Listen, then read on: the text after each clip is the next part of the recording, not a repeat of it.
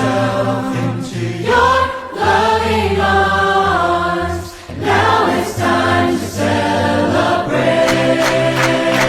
So I will sing at the top of my lungs. Yes, I will sing of your unfailing love. For you have delivered me from the worst of my enemy. I'm guessing that you want your water clean. We like our food uncontaminated. But what about what goes on in our mind or goes into our mind? Are we as careful about what goes in there as we are what goes in our water and our food? We should be. Proverbs 4 and verse 23 says, above all else, guard your heart, for everything you do flows from it.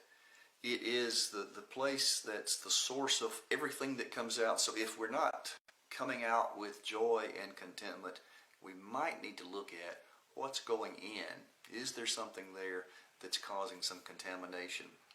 The way the Apostle Paul put it was, whatever things are excellent and praiseworthy, think on these things. Control what goes in. It will influence your contentment and what comes out. And one of the things he says to think on is whatever is pure, whatever is uncontaminated. We are a long way from Mayberry. We live in a culture that's bombarded with sexual images, with anger, with all sorts of negative news. And those things keep coming at us and they influence us. Our entertainment industry seems to be geared toward the lowest common denominator. What is gory or gritty or whatever seems to sell. Make an effort. Let's make an effort to think about what's pure, to look for things that are pure, to make sure that what's going into our mind includes things that lift us up, that make us feel better. Years ago when I was in college, there was a very gifted writer who was very popular then and continues to be very popular, highly successful. I read 2 or 3 of his early novels and they were extremely well written. In fact, too well written. They made me feel bad.